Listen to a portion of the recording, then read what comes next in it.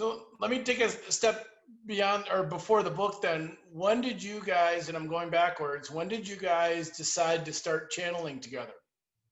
The master channeling. I was separated from my husband of 16 years and 2 kids, fairly devastated. And I went to work one day and I was chatting with a coworker about it. And this temp that had been in our office for about a week came over. She came over and she said, I am so sorry. I wasn't trying to eavesdrop, but I heard what you said. She hands me a little piece of paper. She said, this woman has done readings for me and I found them very helpful.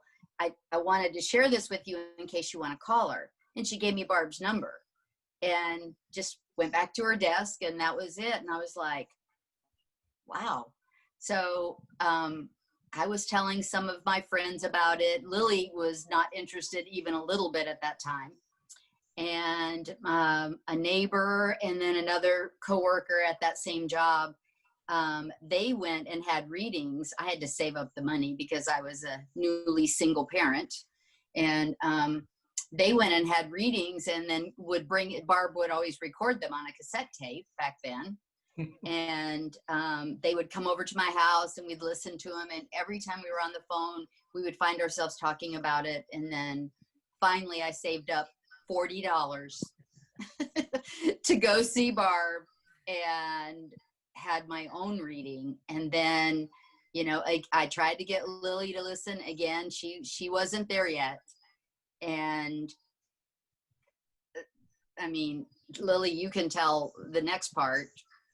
Yeah, then my marriage was in the toilet and I had made an appointment with a therapist, but as you know, when you start with a brand new therapist, it can take months to get in there. And so Teresa's talking about this psychic thing that I think is crazy. And I thought, you know, what the hell? Maybe it'll be funny, you know, maybe it'll give me some interesting things to think about while I'm waiting for the appointment with the therapist.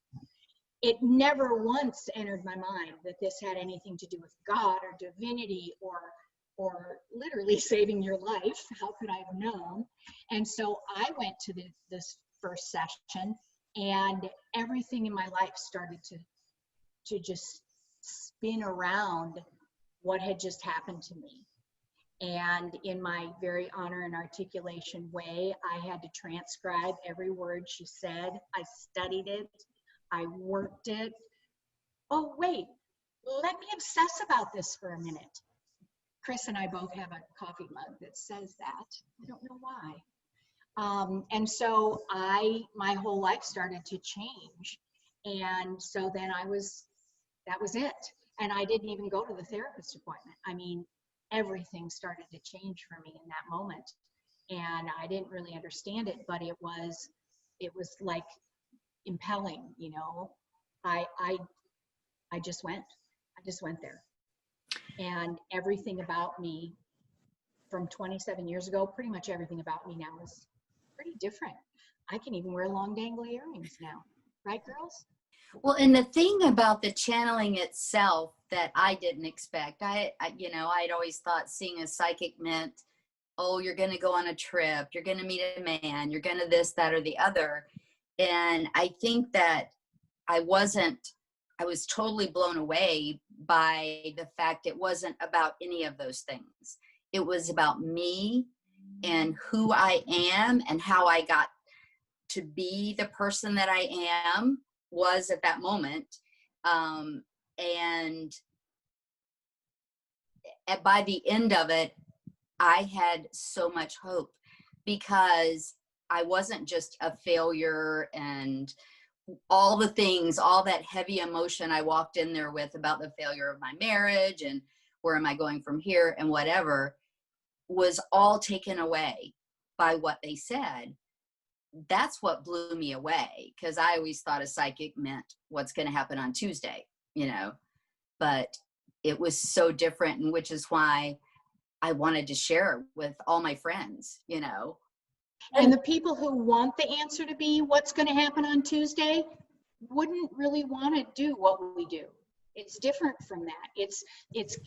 We're giving guidance mostly to go inside, and then we take it and work it. And if you don't want to work it, if you want to be told what's going to happen on Tuesday, this wouldn't be probably your thing. Sorry, Barb. So I get this call from this woman named Teresa and coming to my house for a reading. And she's from North Carolina. And I just happened to throw on my North Carolina t-shirt that morning. So I open the door and she sees this thing. And I see her. And for me, there was a little like, wow, whatever that means. And when Lily came, the level of energy that was going through me just went up through the roof. I was literally like holding on to the sides of the couch as I was talking. And so they started to come to my gig, and she had transcribed her reading. In all the years I'd been channeling, no one ever really talked to me about what they ever said.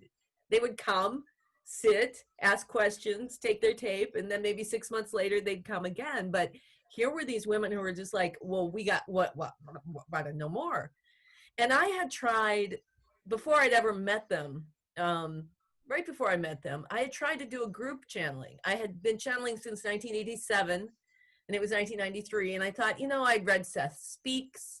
What would they say to a group of people? But none of my clients or friends seemed very interested at all in it. And so here were these women, and then they had sent all these other women, and we both kind of had the same idea. I was thinking, oh, we could do a group channel. And they were thinking, let's have a party and have some wine and talk about all this. And let's ask Barb, and maybe, she'll want to talk about it too. We don't want to ask her to channel because that would be too much like work, but she'd love to talk about it. And so when we got together, it was like, oh my gosh, here we go.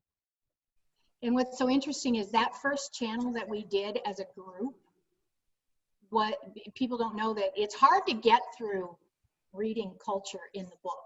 It's kind of like that's your initiation. If you can get through culture, you're going to get through the rest of the book really easy, because culture's a lot to take in. And what's funny is when culture was first channeled, it was over 10,000 words. It was 2 hours long. Channel. Yeah. Yeah. So it's been condensed a little bit, and it's still formidable. I'm just saying. Well, and condensed in a great way, because did you say 10,000 words?